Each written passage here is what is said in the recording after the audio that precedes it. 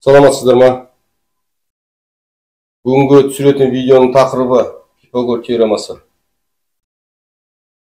YouTube'қа Пифагор теоремасы деп жазсақ, орысша түсірілген видеолар шығады, соған қазақша видео түсіріп қояйын. Бастайық онда.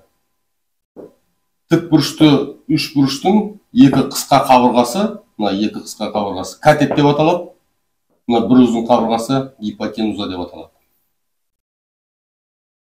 Бір катетін А деп белгілеп қояқ, екінші катетін В деп белгілеп қояқ, гипотенузасын С деп белгілеп қояқ. Енді ережесін айтайын. Ережесін сіздер де жаттап алыңыздар. Егер жаттап алсаңыздар, мына цифрдың бәрі өзінен өзі жазыла береді. Пифагор теоремасы дегеніміз катеттерінің квадраттарының қосындысы гипотенузасының квадратына тең.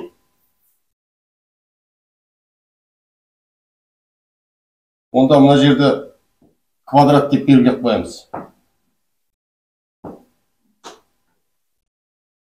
Құрылыс салғанда осы диагоналын шығарып, нерде 90 градусты тауы үшін екі жеңіл ережесі бар екен.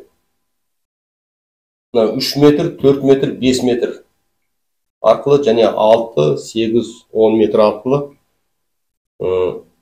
90 градусты тауып диагоналын табатын. Соны қолданып көрейік. Аның орнына 3 метр, 4 метр, 5 метрді қолданып көрейік. Аның орнына 3-ті жазайық. Бұның орнына 4-ті жазайық. Сының орнына 5-ті жазайық. А квадраттың орнына 3-ті жаздық. Квадрат дегеніміз кез келген санды өзіне көбейту квадрат деп аталады. Енді 3-тің квадратын жаздық, оған қосамыз 4-тің квадраты тең 5-тің квадраты шығады. Мына формулаға салдық. Сонда 3-тің квадраты 9, 4-тің квадраты 16, 5-тің квадраты 25. 9-ға 16-ны қоссақ 25. Мына жерде 90 градус шықты. Екінші жолы мынау 6 метр, 8 метр, 10 метрмен. Бұларда гипотенузасы 10 метр. Ол ереже екен. Қалдықсыз шығады мынау. Мына жерде де 5-те қалдықсыз шығады. Түбір астынан шығарғанда. Мына жерге 6-ны белгілейік, 6 метр, 8-ді белгілейік, 8 метр, 10 метр деп белгілейік.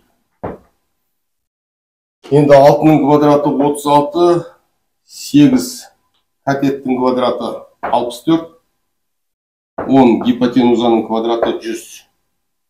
Катеттерінің квадратының қосындысы гипотенузасына тең. 36-ға 64 қоссақ 100, гипотенузасының квадраты 100 тең. Мына жерде 90 градус шығып тұр. Енді құрылыс салған кезде тағы бір жағдайлар болып қалады. Бір кірпіш әкеп түсіріп қоямыз, бір строй материалдар мешайт етеді, именно жаңағы біз құрылыс салатын жерлерге. Арзан бағамен бір КАМАЗ кірпіш әкеп түсіріп қоямыз, жинақ қоямыз. Жаңағы құрылыс салатын жерге жақын болсын деп.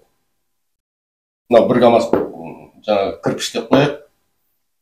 Енді мына 3 метр, 4 метр, 5 метрді және 6 метр, 8 метр, 10 метрді пайдаланып, 90 градус табайық десек, мына жерде жиналып тұрған кірпіш мешайт етті. Өмірде болатын нәрселерді айтып отырмын. Сол үшін біз мысалы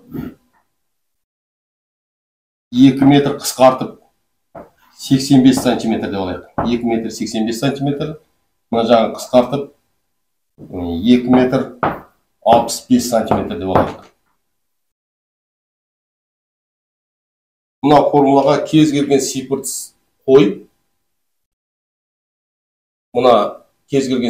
қойып, гипотенузасын табуға болады. Енді сіздерге сұрақ комментарийға осыны шығарып, комментарийға жазып жіберіңіздер. Видео ұнаса лайк басыңыздар. Каналға тіркеліп қоңырауды басыңыздар.